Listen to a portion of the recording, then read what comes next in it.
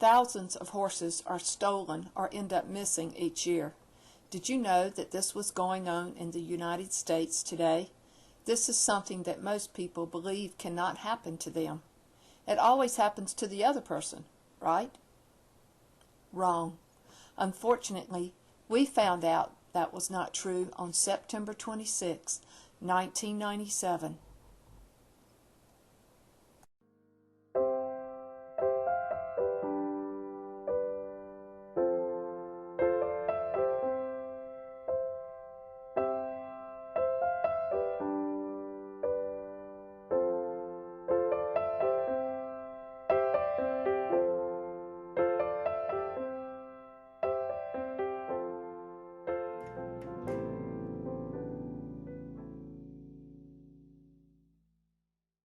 Hi, we're in Shelby, North Carolina today with Debi and Harold Metcalfe in Idaho.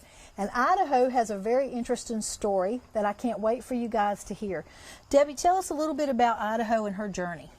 Idaho came to us about 27 years ago, and she was stolen after we had her for 9 years. Wow. And we didn't know anything about horse theft or people stealing horses, so like most people, we thought she just got out. Right. Even though we'd never had a horse out before. And in the course of a few hours, we discovered that our fence had been cut, and the harsh truth of what really does still go on and didn't stop with the old West days. Horse theft. It's alive and well, and it's everywhere. Gosh, I cannot imagine that. You must have been terrified. What did you do? Well, the first things we did was cry. I'm sure. Cry and cry and cry. But then, you know, you pull yourself up by your bootstraps and you call law enforcement. And we thought that we were going to get a lot of help because you see it on TV. You call them and they solve the case. But that's usually not the case with horses. Right. And when law enforcement left here, we knew that if we were going to find her, we were going to have to be the ones that did it. And where was she? She was in Idaho, Tennessee. Okay. And she had been there. She had been sold 5 times within 6 months. Wow. And okay. That's okay. She had been sold 5 times within 6 months. And she ended up with a 10-year-old girl. Right. Who was riding her and showing her in the racking horse shows. And now we have a world-class reserve champion that left here as a trail horse. Gosh, that's amazing. We're going to talk a little bit about all the things that have happened since she got Idaho back and the business that's grown out of it. So you kind of formed a NetPosse with Stolen Horse International, didn't you? We did. Actually, it formed us. Okay. When we were looking for Idaho, we had so many people come to help us on the internet because we were the first ones that did that ever sent out an alert for a horse on the internet. And this whole group of people started coming to help us and saying, if you help us, we'll help you because our horses have been stolen too. And we're going, wow. We thought we were the only ones in the world that have had this done. Right. And it just, from there, people started coming together and networking, and it stayed that way for 51 weeks. And then when Idaho was found, we thought we were done and we could go back and be normal, but it never happened. So you've kind of become like the guy on America's Most Wanted for the equine industry, which is a great thing. Yes, pretty much.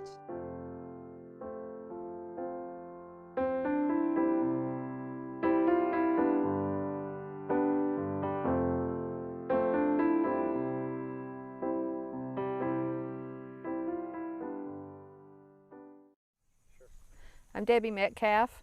I live in Shelby, North Carolina, and I am the founder of Stolen Horse International, which is NetPosse.com. We help people find missing horses. The most important part of our victim service program is our website.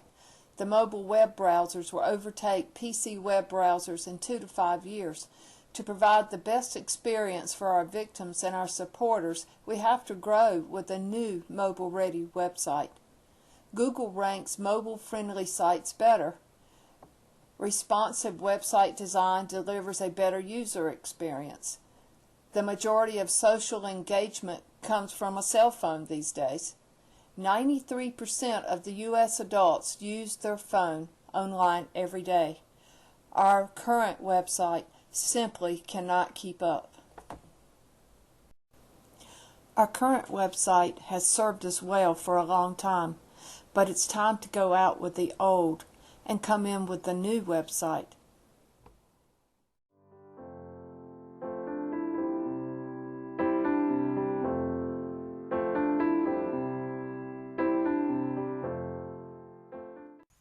We teach people through our experience what happens to horses all over the country. And hopefully during this project, we're going to help bring more horses home with education, awareness, and by putting other missing and stolen horses up.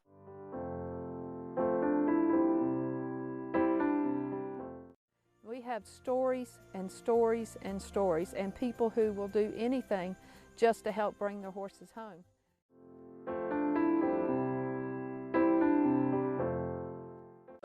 What were your emotions like when you finally, found out that he'd been found? Oh, I couldn't quit crying. It was like the tears of joy.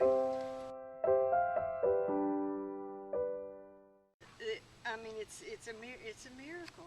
It's a miracle. He's been out 37 years old, and he's been out by himself for 9 days. She's the one that found him, and she was going to work, and she's the one that saw him run out of the woods, and she stopped. I had seen a flyer at Kibo's, and I also read an article in the newspaper, and actually I figured that by this point in time that somebody had found him, and noticed again today that the flyer was still up there, but I was on my way to work, and out he popped up.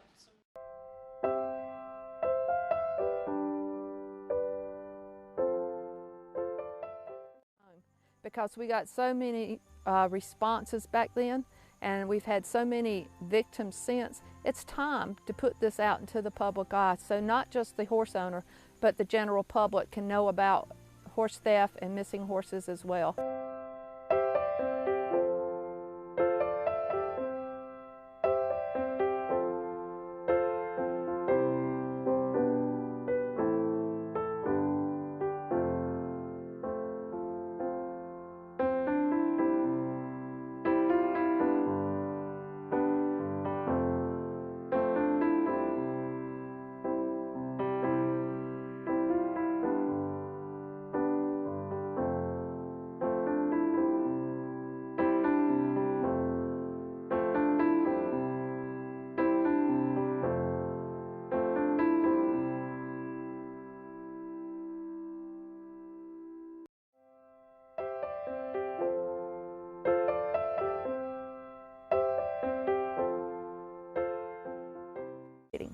It takes money to do what we're going to do, and lots of it, as I've found out now. So we need donations. So please, if you have $10, if you have $50, we'll take anything. Give me $1. I don't care.